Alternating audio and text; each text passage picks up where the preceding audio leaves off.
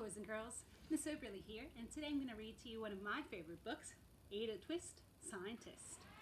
This book is by Andrea Beatty. Ada Twist, Scientist.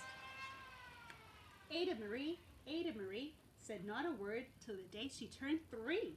She bounced in her crib and looked all around, observing the world, but not making a sound. She learned how to climb and make her big break with a trail of chaos left in her wake. She ran through the day, chasing each sound in sight, and didn't slow down until she conked out for the night. Her parents were frazzled, but tried not to freak, as Ada grew bigger and still did not speak. Clearly young Ada, with lots in her head, would have something to say when it ought to be said. That's just what happened when Ada turned 3. She tore through the house on a fact-finding spree and climbed up the clock as high as she could. Her parents yelled, "Stopped!" as all good parents should. Ada's chin quivered, but she tried not to cry. She took a deep breath and she simply asked, "Why? Why does it tick and why does it talk? Why don't we call it a granddaughter clock? Why are there pointy things stuck to a rose? And why are there hairs up inside your nose?" She started with why, and then what, how and when.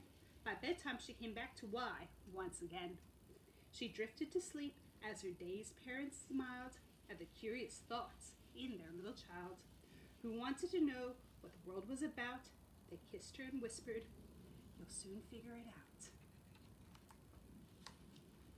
Her parents kept up with her high-flying kid, whose questions and chaos both grew as she did.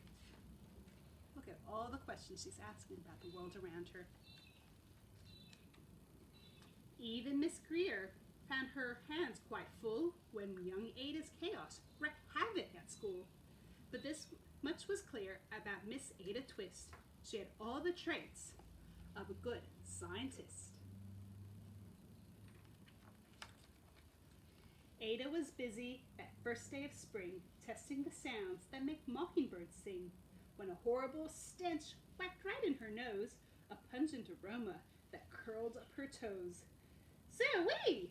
said Ada, which got her to thinking, what is the source of that terrible stinking?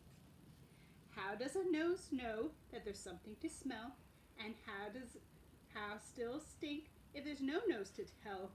She rattled off questions and tapped on her chin. She started at the start where she ought to begin. A mystery, a riddle, a puzzle, a quest. This was the moment that Ada loved best. I wonder what made that smell. Ada did research to learn all she could, of smelling and smells both stinky and good. One hypothesis Ada thought could be true, the terrible stink came from Dad's cabbage stew. She tested and tested, and soon Ada knew it was time to come up with hypothesis 2. Then zowie! The stink struck again. Just like that. Hypothesis 2, it was caused by the cat. The cat couldn't make such a stink on its own. It needed perfume and some fancy cologne. So young Ada tested, and the test was a flop. She started again, but her parents yelled, "Stop!" Good thing they said stop in time. Poor kitty cat. Ada Marie, to the thinking chair. Now, by the time we counted 3. "Enough," said her mother. "That's it," said her dad. Her parents were frustrated, frazzled, and mad. "Why?" Ada questioned. Her mother said no. "What?" Ada queried. Her father said go. "You've ruined our supper. You've made the cat stink. Enough with your questions. Now sit there and think." She looked at her parents. Her heart turned to goo.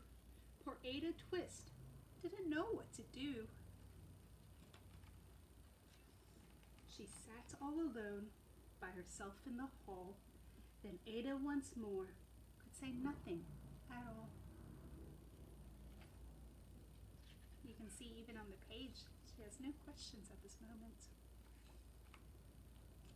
And so Ada sat, And she sat and she sat, and she thought about science and Stew and the cat, and how her experiments made such a big mess.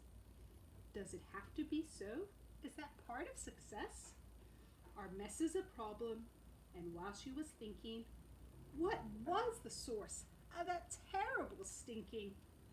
Ada Marie did what scientists do. She asked a small question, and then she asked two. And each of those led her to 3 questions more, and some of those questions resulted in 4. As Ada got thinking, she really dug in. She scribbled her questions and tapped on her chin. She started with why, and then what, how, and when, and at the end of the hall, she reached why once again. Check that out. Her parents calmed down. They came back to talk. They looked at the hallway, and they just had to talk. No patch of bare paint could there be seen on the wall. Now the thinking chair now was a great thinking hall. They watched their young daughter, and they sighed as they did. What would they do with this curious kid who wanted to know what the world was about?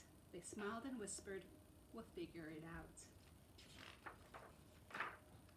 And that's what they did, and that's what they do. When your kid has a passion and a heart that is true, they remade their world. Now they're all in the act of helping young Ada sort fiction from fact. She asked lots of questions. How could she resist? It's on the heart of a young scientist. And as for that smell, what can Ada Twist do? But learn all she can with her friends in grade 2. Will they discover the stink that curls toes? Well, that is the question. And someday, who knows? And that, boys and girls, is Ada Twist, scientist. I know each of you are a scientist as you continue to ask questions about this wonderful world around us.